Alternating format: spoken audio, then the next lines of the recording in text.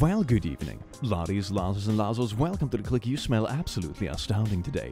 And don't let anyone else tell you otherwise. Now, I may not be a psychomalologist, as you may be surprised to know. I just read memes for a living. But I do have this very scientific concept I would like to propose to my fellow peer reviewers, also other meme people. It's that trauma is actually nostalgia, but just negative. So to try out this scientific hypothesis, I figured we would look through some r/traumatized them back, turn that negative nostalgia around, and weaponize it against your enemies. Enjoy. But being gay is a sin? Well, so is adultery. So I am a 37-year-old gay man with a 79-year-old conservative Christian ex-missionary mother who has had a lot of problems coming to terms with this fact. Fortunately, she loves me enough that she didn't disown me or anything. In fact, she actually came to my wedding. The only issue is that she still made it her mission to tell me it was a sin and bring up those Bible verses as much as she could. So one night after she poked at me one too many times with said verses, I finally had enough. I hated to do it, but when she brought up the subject, I responded by pointing out that her mom was an adulteress for 50+ years. Actually, that's kind of smart, you know? It's just removing the cherry pickiness and being like, but if this applies to me, then this also applies to you.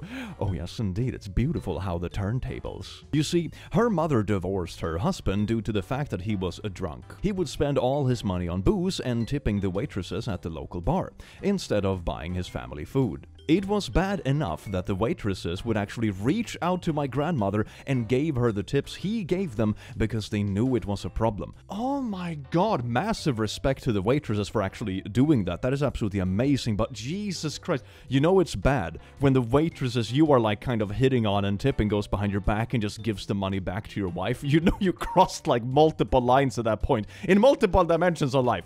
Oh, dear God, man. You see, the Bible clearly states that the only reason for divorce is due to infidelity.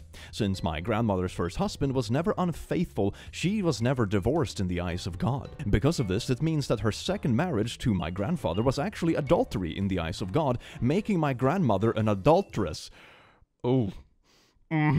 My mother got super defensive and told me, hey, he cheated on her with alcohol, so she was fine to divorce him. I was like, yeah, Mom, nice try. She is still a W word. Okay, I didn't say W word, but I really wanted to. Anyways, my mom didn't talk to me for like 2 days, but when she finally broke the silence, she basically just told me she would never bring up those verses again. Honestly, this is sort of the best case scenario happy ending to these sort of stories. You turn this thing around that they have been using against you for so long, and then they have this like moment of self-reflection that, oh my god, it turned around on me all of a sudden. It wasn't that fun anymore. Oh my god, is this what I have been doing to this other person this whole time?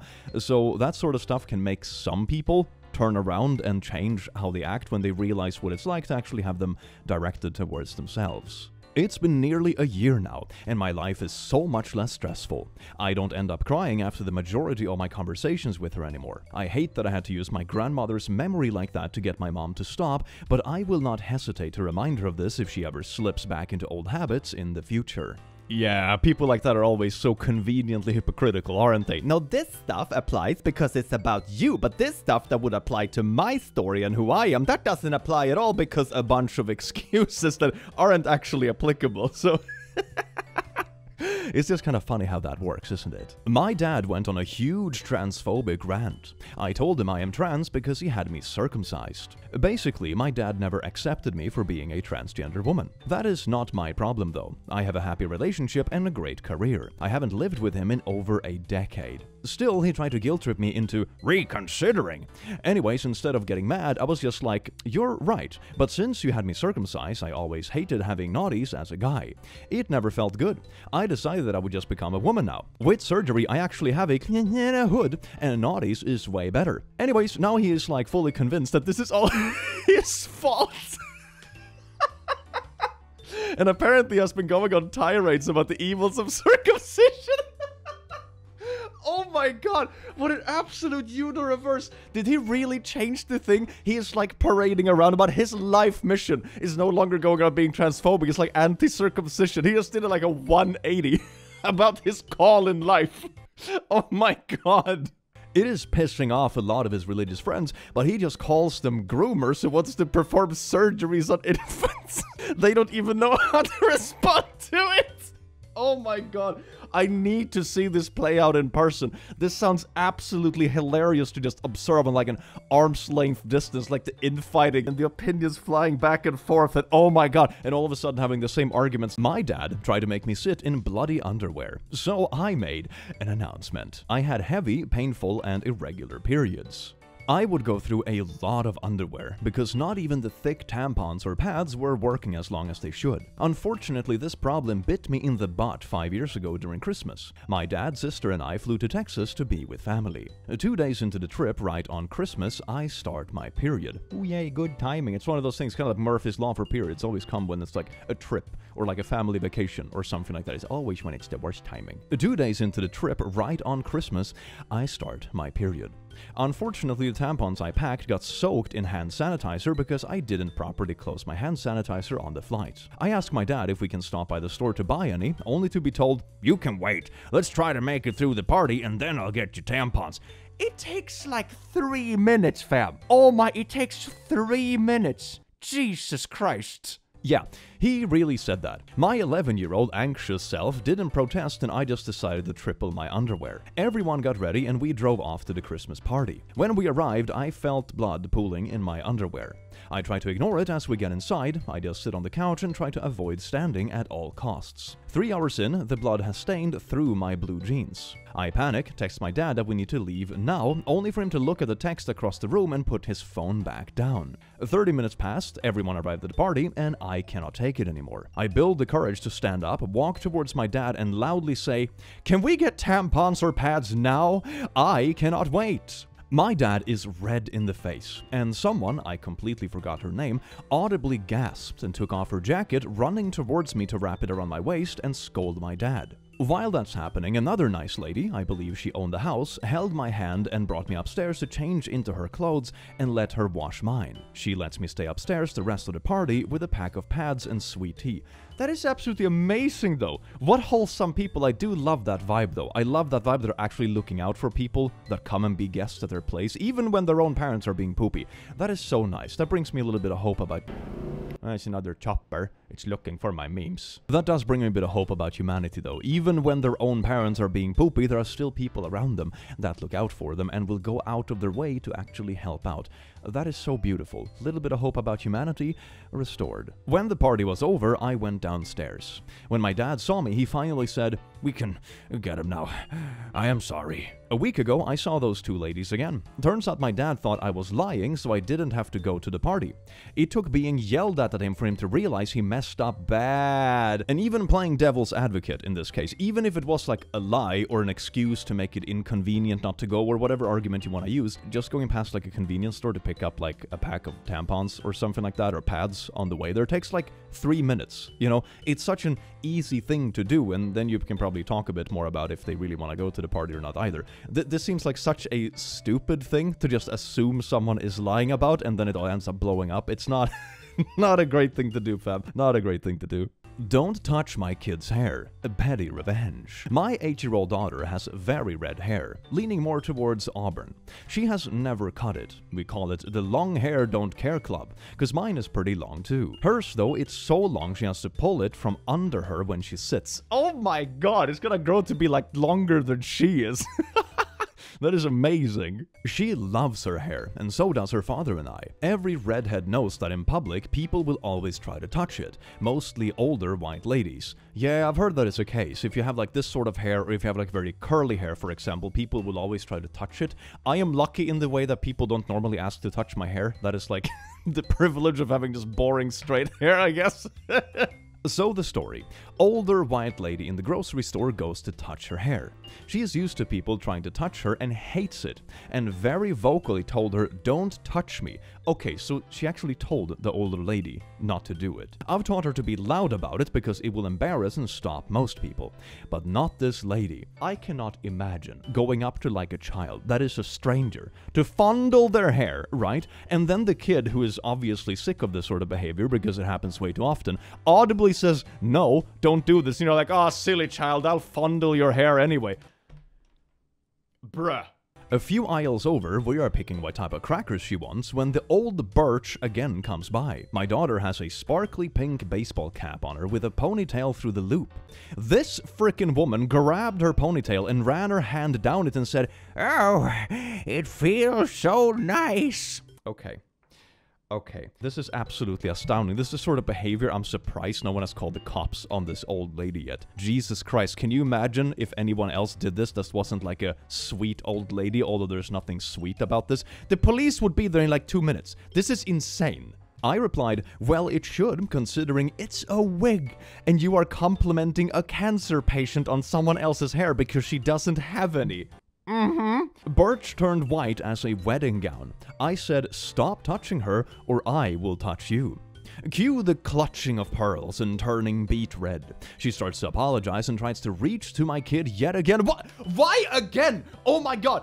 Doing it to begin with is bad enough. Then the girl says no, you still do it, and then this whole thing happens. You're like, oh my god, I'm so curl-clutched. Let me just fondle a little bit though, make sure that I fondled enough. Oh my god, I am so flabbergasted that these people have, like, survived evolution for this long. That astounds me. My daughter told her, "If you touch me again, I will bite you." That is a daughter raised right. She left us alone after that, but I got a few stink-eyed looks from her, and the rest of the time we shopped. How on earth is she giving you the stink-eye after this? Oh my god, like the entitlement of certain people, and like twisting it around to make it seem like someone else is wrong, is just astounding. If there was a piece of the Olympics that was mental gymnastics, this lady would easily get the gold. Dear God. We check out, I am loading my cart, and lo and behold, this Birch was handing my kid a Hershey bar.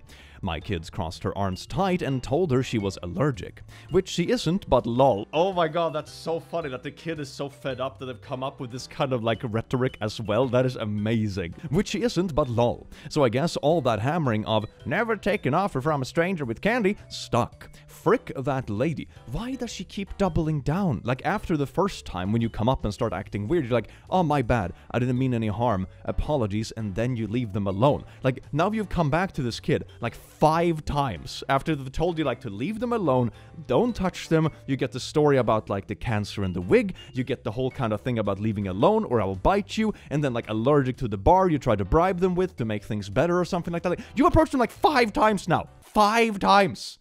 Oh my god. Girl doesn't believe my dad died, so I prove it. I saw the click looking at the subreddit and decided to post it here. Oh my god, who could that be? I have no idea. So I am at sophomore in high school and I play the basketball team. My cousin is also on the team. I live with my cousin and his parents because my father died last year, and I have never met my mom.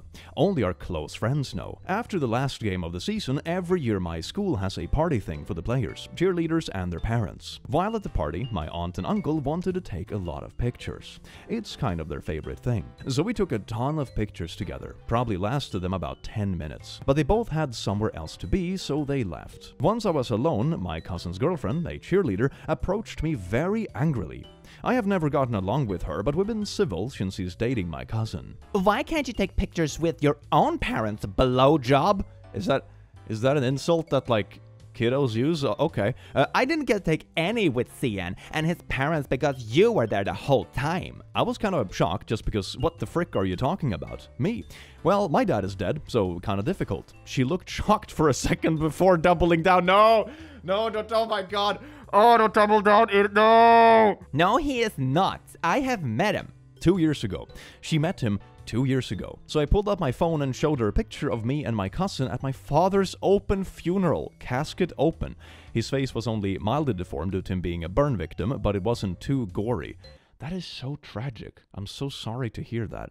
So I put on a really sarcastic voice like I was reading to a little kid. "So that's my dad, and that is Cian, and that is me." She stared at the photo for a minute before scurrying away. Safe to say she hasn't said a word to me since. Edit, I'm not looking for any sympathy. I appreciate the condolences, but it is not necessary. I'm not upset about my dad's passing at all. He was an absolute frick. Okay, well then maybe it's a bit easier to deal with, so to say.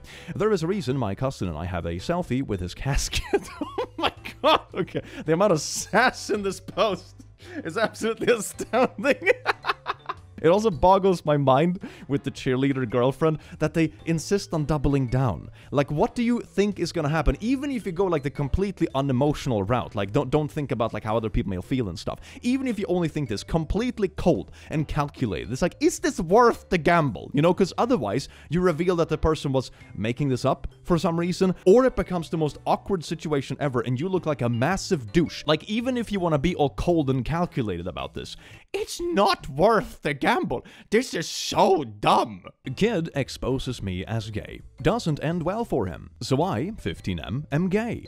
This has been a secret for a time now. I get sent away to a sleep-away camp, and this younger kid takes my phone and finds a conversation between me and my boyfriend. He proceeds to yell out, he's freaking gay! I quickly start to panic, considering this was in front of the entire camp, and now everyone knows this secret. If he is gonna mess with me, I will mess with him. I start to hit on him. Let me have your phone, so I can give you my number, baby girl.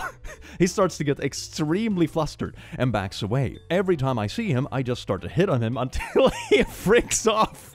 The funniest part is that nobody cared that I was gay. Oh my god, so he tried to be a bully by turning the whole camp against you. No one actually cared, and now he's too embarrassed to face the consequences. That is so funny. Oh my god, bullies in a nutshell, am I right? They cannot, in fact, always tell. In my experience, it's very rare that they can actually tell, and a lot of the time it just turns into like this weird witch hunt when they start accusing people too. The most recent news I saw is that people are now transvestigating, or whatever, Andrew Tate, because there was a picture of him in swim trunks or something where like his package doesn't look very big or something, so now there's a conspiracy on Twitter that Andrew Tate is trans. It's so insane, man. It's so insane. Like, it's all just going bananas. Anyway, let's read the story, shall we? Because I very much agree that they can, in fact, not always tell. In fact, they don't seem to be ever be able to tell. Hi. Before I start the story, I would like to say that I am a cis woman, who happens to have a bit of a muscular appearance. Although I try my best to remain positive about my body, I cannot hide the fact that I don't really like my manly appearance. It cost me trouble several times in the past, since there are surprisingly a lot of people who incorrectly assume I am trans.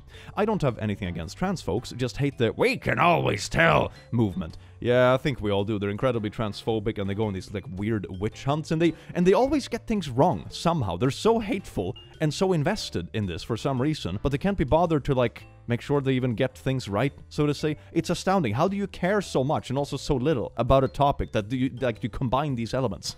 It's wild to me. There were times where I asked to leave the female bathroom. Once on the streets, when I was talking to my friends, some random men decided to correct me, and did so by screaming, "You're not a real woman, and you will never be." Perks of living in the most homophobic country in Europe. Woo! Party emoji. So yeah, fun stuff. Over the years, I kinda got used to it and tend to ignore those sort of remarks. But not yesterday. I was having a horrible day since I just got diagnosed with brain cysts and was trying to calm myself down in the bathroom when suddenly a wild Karen appeared. She scuffs and I just ignored her, hoping to avoid any confrontation with her, but she just had other plans. Excuse me? She taps my shoulder. Yes? This is a women's bathroom. Yeah, I know. Honestly, I hope this would be the end of our lovely conversation, but oh well. You're a man. Just because you wear makeup doesn't make you a real woman. I don't really know what happened since I'm not usually like that, but I just screamed at her with tears in my eyes. Yeah, I know, I kinda cringe crying for being misgendered. I am not trans. I am just ugly. Oh my god. Before she could even say anything, I continued my embarrassing rant. I was born an ugly woman, and I know no matter how much I try, no one will ever love me, and I will never be oh my gosh. Oh my god! Something can't really remember what I screamed. She left without a word, and I was left sobbing in the bathroom. Now, day later, that I'm calm, I think I overreacted this woman comment, and I'm really ashamed and sorry for my tantrum. I don't think you should be sorry. Honestly, people like this are like way too eager to cross lines about stuff they don't really know anything about, and maybe next time they would have targeted someone else who was in an even more vulnerable situation. And I hope this taught them a lesson to kind of just mind their own business. Honestly, because people like that, they sort of need to learn, honestly. I was just really distraught since there's a history of cancer and brain cysts in my family, and I recently lost my grandpa to it. But I guess it fits the subreddit pretty well since I really traumatized this lady, lol. Oh my god, I would love to hear how the story was retold from the lady's perspective. That would be incredibly fascinating to hear. I will see you're vulgar and raise you trauma. My older child, 14M, thinks it's hilarious to just be vulgar. Like he makes jokes that will get me whooped or grounded or worse. He will comment on how he would like to hit that, or he would gobble that glizzy and worse. I am cleaning it up a bit. Ooh, it's also with brain rot slang. Oh, this is gorgeous.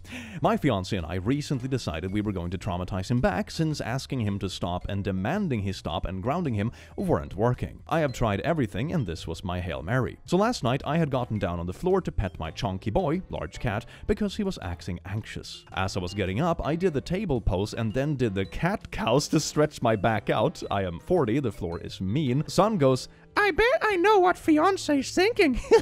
Probably something very missionary. This isn't missionary, son. Oh yeah, it's doggy style. Both my fiancé and I. Yeah, it is. My son looked at me, and then my fiancé, and then me, and screeched, "What?" Fiancé says, "Why do you think your mom is so happy to see you when you come back from your dad's? What do you think she and I do all week?"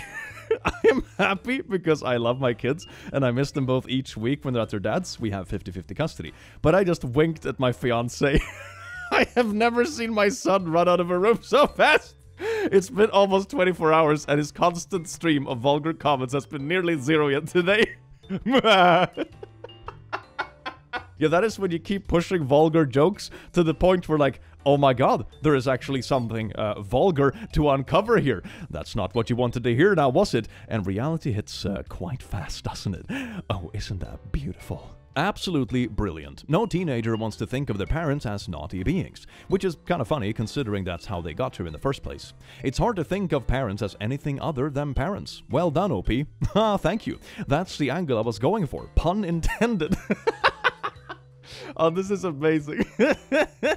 Cis roommate wouldn't stop prying about me being trans, and I made her regret it. My sophomore year of college, I, at the time 19-year-old trans man, started the semester living with a cis woman. My college had hefty requirements to allow trans students into opposite-sex dorm rooms. I warned her beforehand that I was a trans man, and made sure she was comfortable with living with me as soon as I found out we were roommates. Things seemed to be going smoothly. We didn't really have much in common, but as long as we got along, that didn't really matter to me. Move-in day. Things seemed normal at first. At night, she asked some normal curiosity questions that were just cases of ignorance, so I was happy to educate her on the basics a little bit. The next day, she started asking me about hormones. When I was going to start them, why I want to be on them. I had barely even come out yet, so I hadn't even gotten that far mentally, and it started getting really overwhelming. Every single conversation she had with me was about me and my transition goals, and prying about my life. Day 3, she started asking about surgeries. She didn't specify which surgeries, so I explained each gender affirmation surgery I knew the process of to her in graphic detail. She moved out the next day, and I got the dorm to myself for the rest of the year. What is with people that ask way too personal or invasive questions, and when they get answers to them, like, oh my god, I didn't want to know that.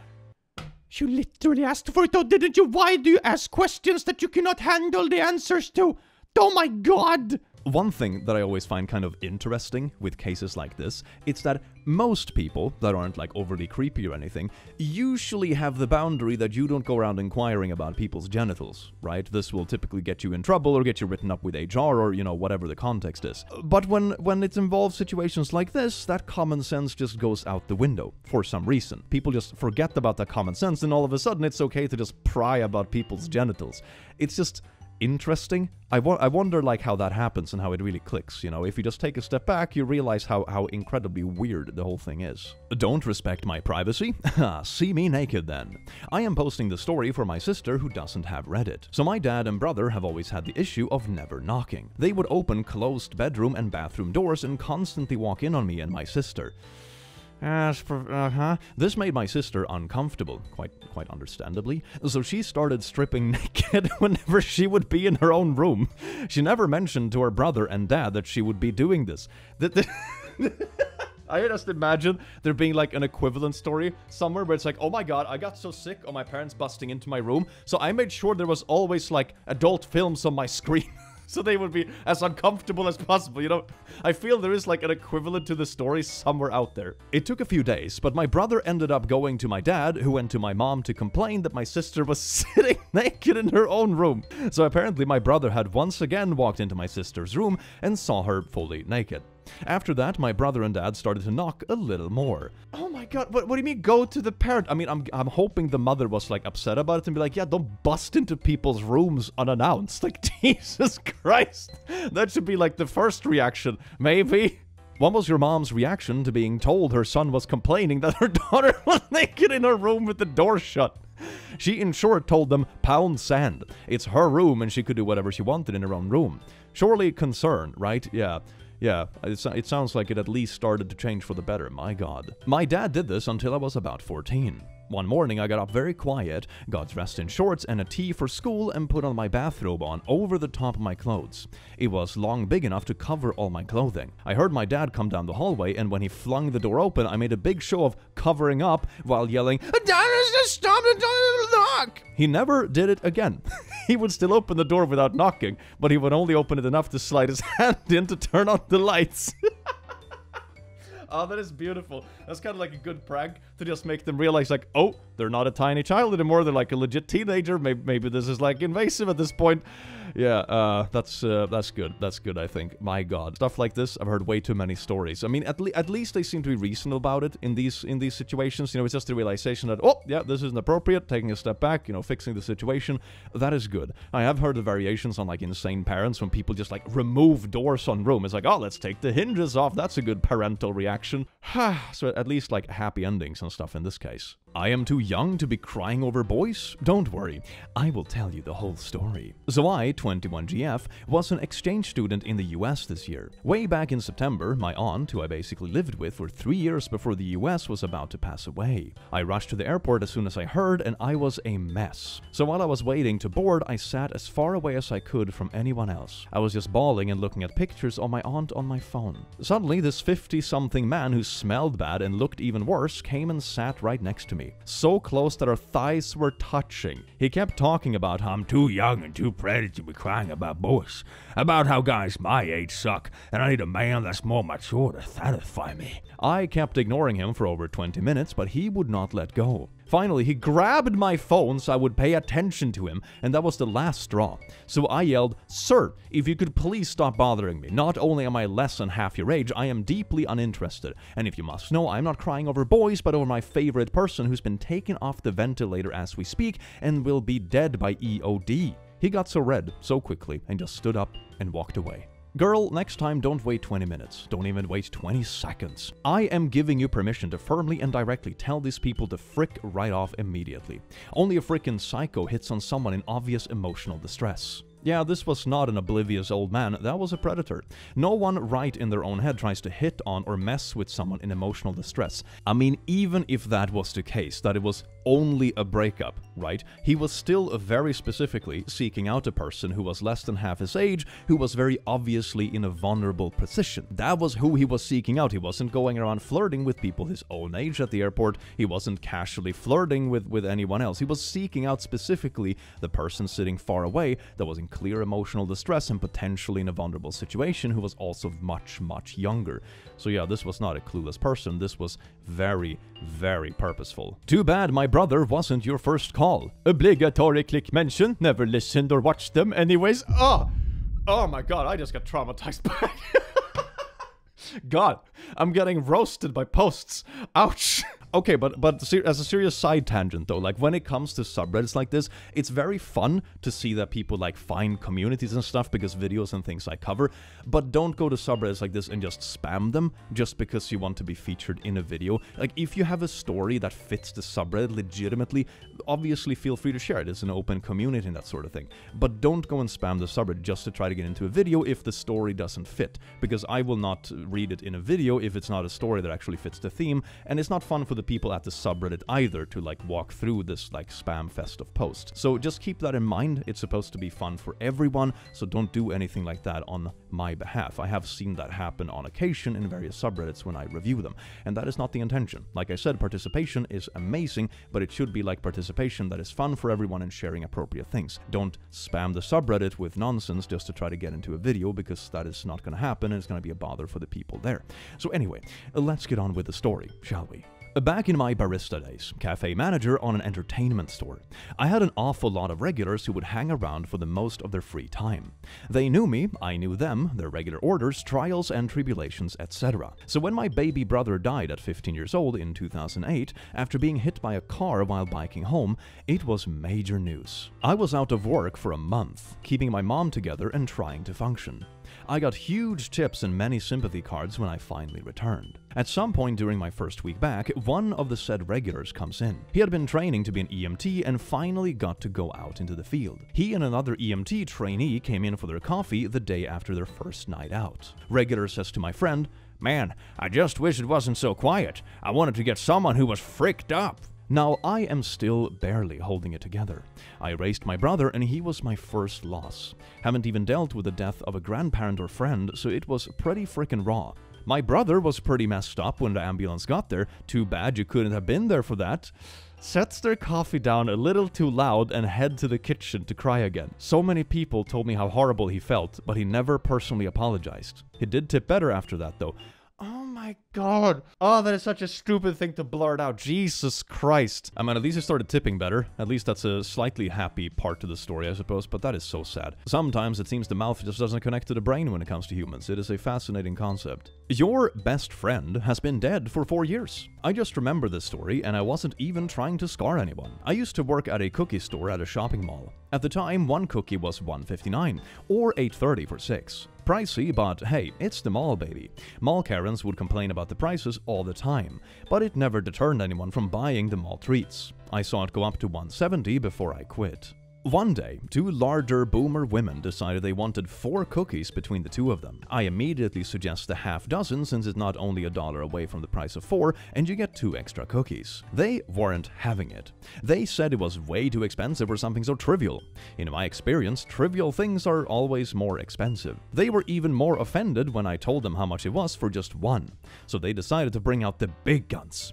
This is ridiculous. Go get the manager, Dan. We're best friends. I can't believe he's making these so expensive. I decided I had enough and she gave me all the ammunition I needed. Ma'am, Dan passed away 4 years ago.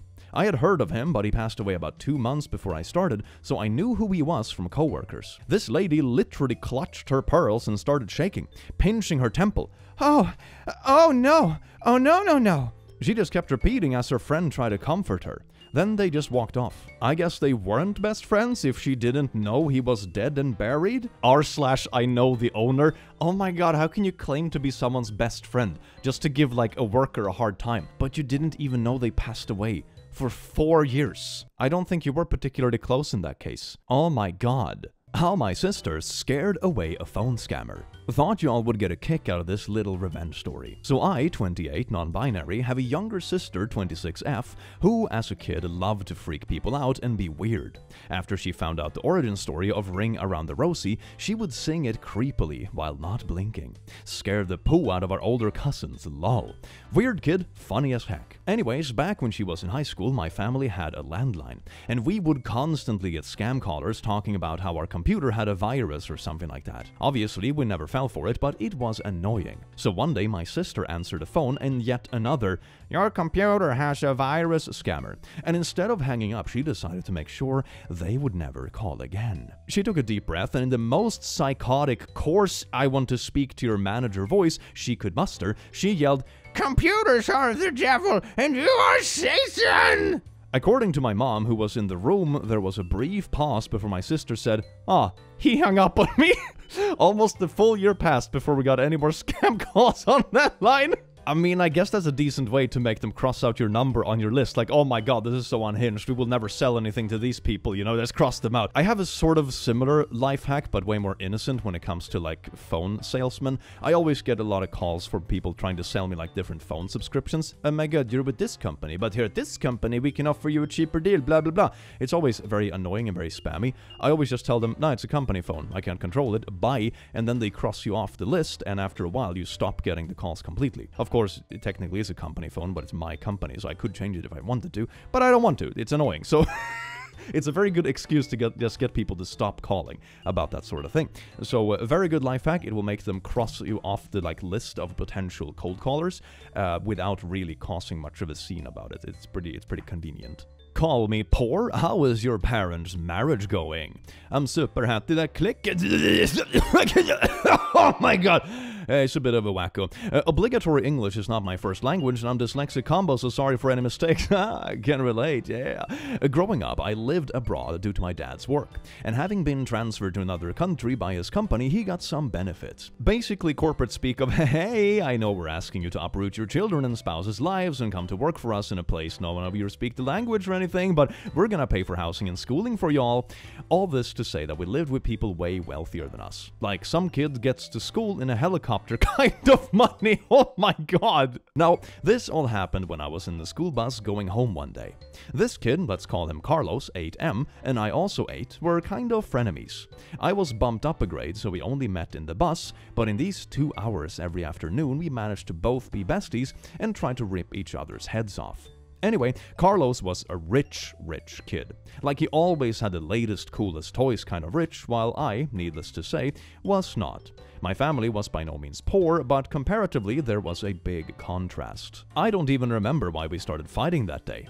I only remember him going, well, you're poor. Your family's poor. Whenever I go to one of my parents' house, I always have a new toy. You're poor and your parents don't even buy you gifts. Now, one thing that baby me was good at was at eavesdropping on the adult conversations around me, and due to this, I was aware that Carlos' parents had been through a rough divorce and had some sort of complicated custody situation, and that both parents were very busy, so he was basically raised by nannies.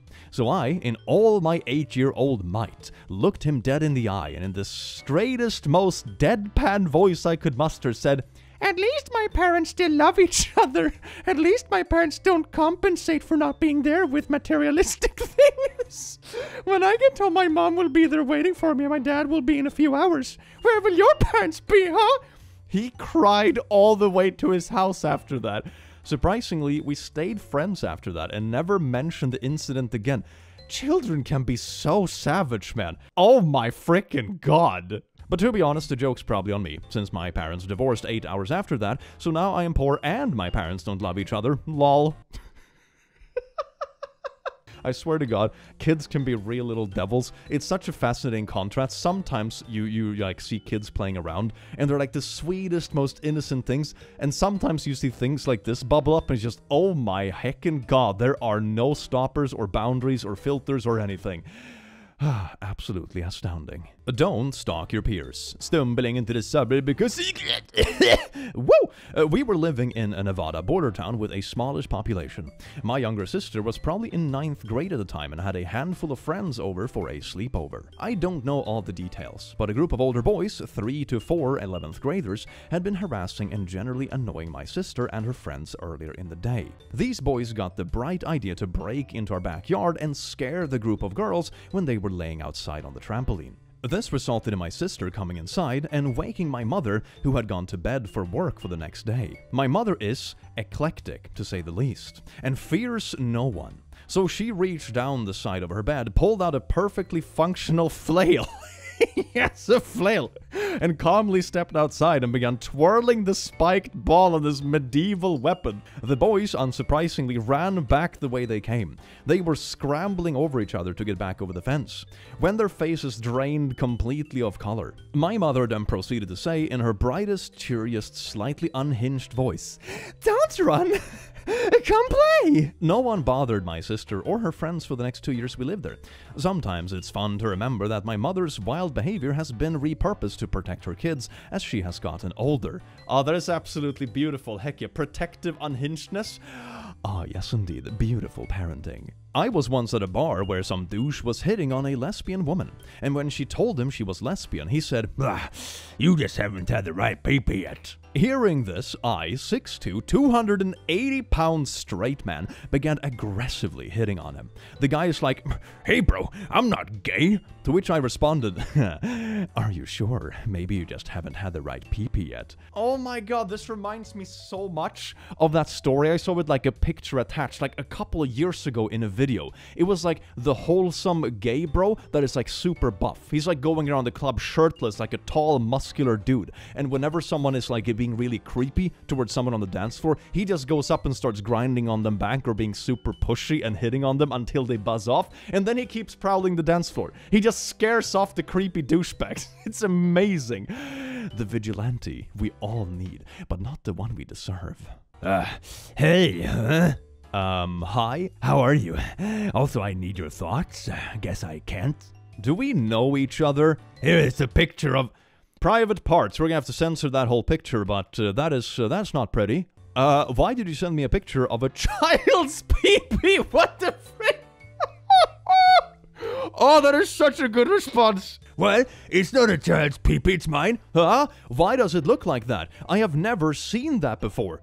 What? What do you mean? What does what look like that? You should probably go to a doctor. I don't know, dude. Good luck. Oh my god! As soon as I reported this message, he was blocked. He started frantically saying, wait, when I said good luck to him, and then I blocked him. According to Reddit, he has been banned. I would have said something like, oh my god, you need to go see a doctor ASAP. I'm a nurse and that spot looks extremely dangerous and should be checked out immediately. And then when they ask what spot, just ghost them. Lol, they likely won't actually go to see a doctor, but it would hopefully scare the poo out of them for a minute. Ah, that is beautiful. Karma is alive and well. Well, laddies, lasses, and lasses, I hope you enjoyed this video as much as I enjoyed having you here, you wonderful, beautiful being, and have an amazing rest of your day. And I will see you again in the very near future. Take care. Mwah.